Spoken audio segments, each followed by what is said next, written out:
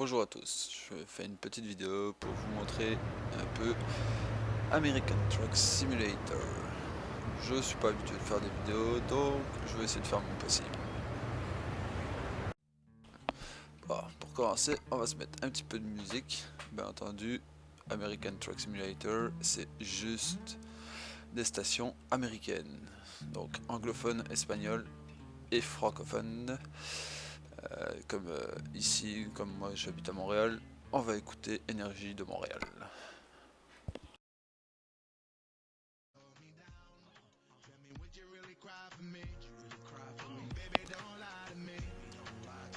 Bon, petit survol.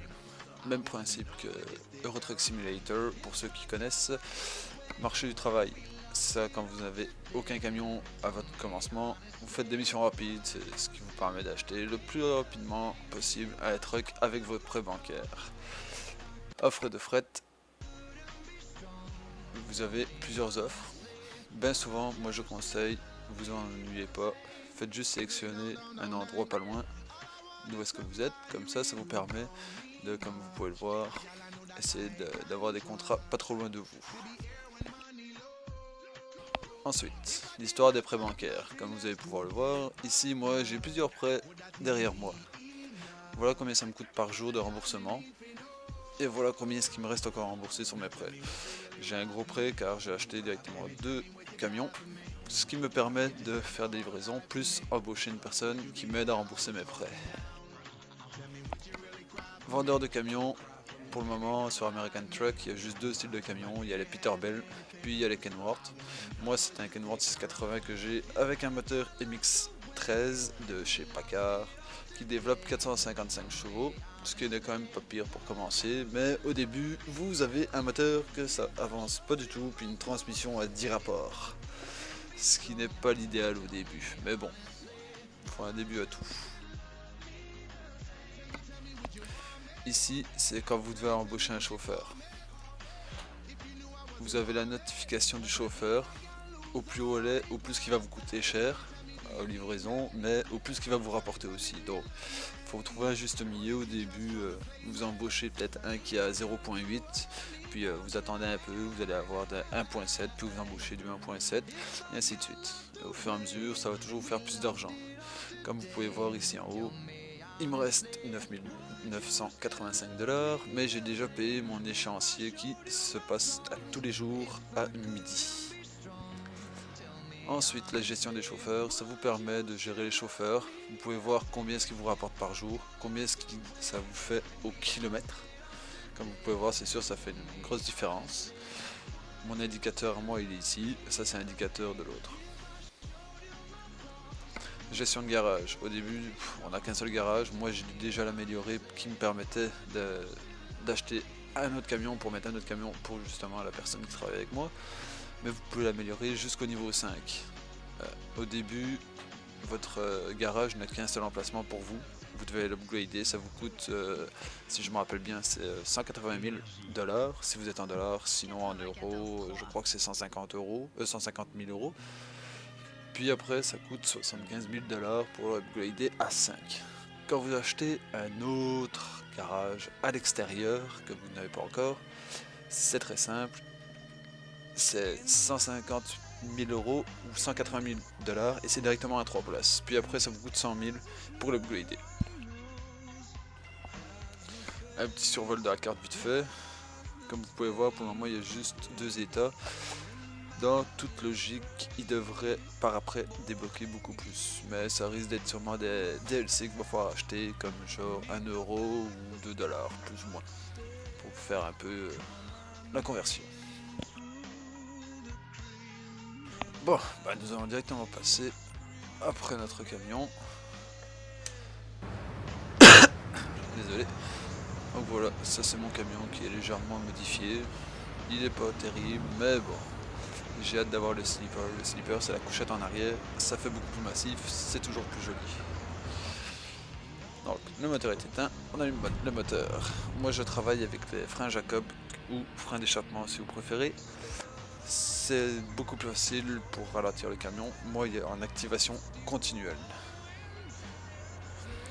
Comme vous pouvez le voir, mes vitesses, je les change moi-même, ce qui me permet de ralentir plus facilement, ce qui me permet aussi de jouer avec mes vitesses dans les côtes pour essayer de pas perdre trop de vitesse. Mais bon, allez, on est parti, on va aller chercher un petit voyage pour vous donner une idée.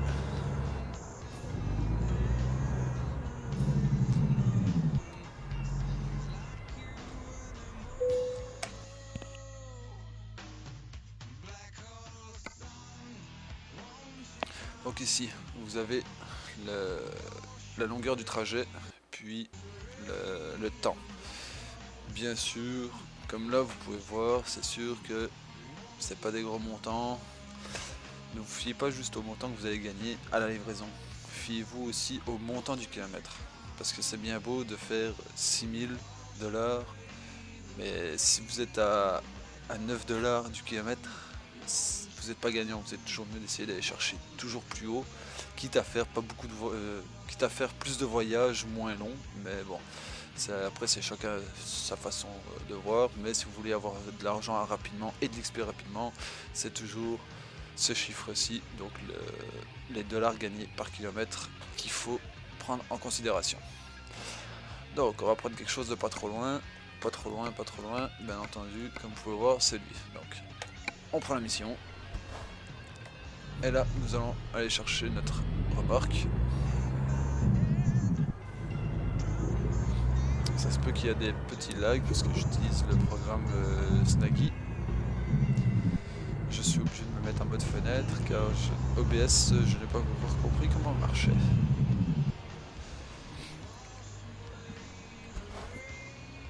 Trois reculons, comme vous pouvez le voir, neutre, R1, R2, R3. R3 va jusqu'à 36-38 km/h. Vous allez dire, ça se peut pas de reculer en réalité à cette vitesse-là. Mais ceux qui ne le savent pas, je vous le confirme, avec le camion que j'utilise à ma job, que je répare, effectivement, ça peut reculer jusqu'à quasiment 50 km/h.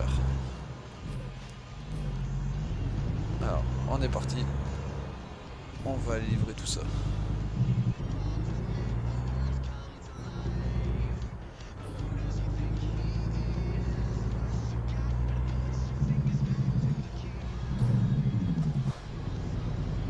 La tenue de route de ces camions sont, je dirais, carrément extraordinaires par rapport aux trucks de Euro Truck Simulator qui sont très faciles à renverser.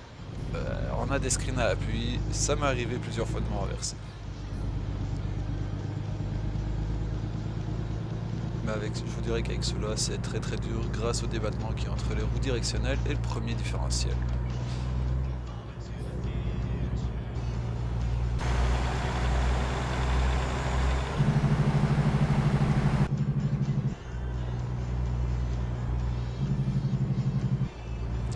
Vous entendez là, c'est ça qu'on appelle des freins Jacob, donc c'est les freins d'échappement. Aussitôt que je lâche l'accélérateur, moi il s'active.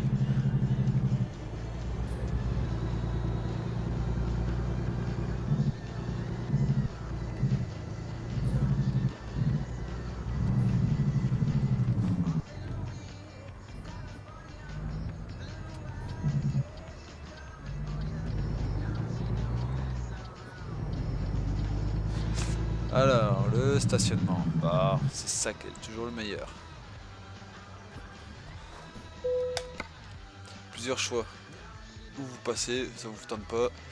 Ou vous voulez, mais vous n'êtes pas trop habitué à stationner, donc vous prenez ça. Ça vous fait 15 d'XP en plus. Sinon, vous prenez celui qui avait vraiment le plus dur pour le stationner. Et ça varie entre 40 et 90 d'XP. On va prendre le plus dur. Donc là, vous voyez où est-ce que c'est. C'est en dehors, mon bonhomme. Donc, on peut examiner facilement à la place. Donc là,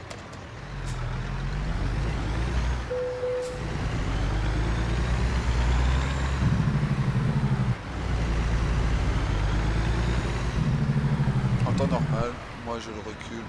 Bien souvent, je recule dans cette mode de vue là avec mes rétroviseurs. Mais pour vous donner une idée de comment est-ce que le camion va réagir avec la remorque, nous allons le faire de même. On va y aller tranquillement.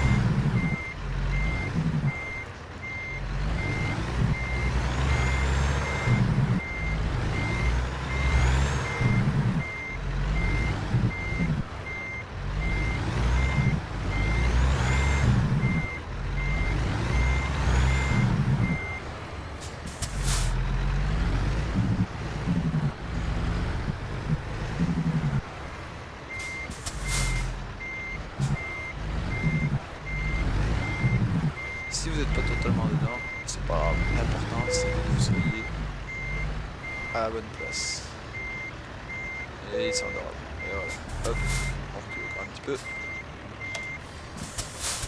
Et vous faites votre livraison. Et voilà.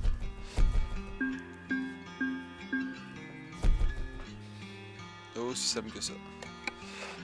Je ferai sûrement d'autres vidéos suivant l'évolution du jeu ou par rapport à des questions qu'on pourrait me poser. Je vous ferai d'autres petites vidéos pour vous donner une idée. Donc sur cela, bonne route à tous et amusez-vous bien sur American Truck Simulator.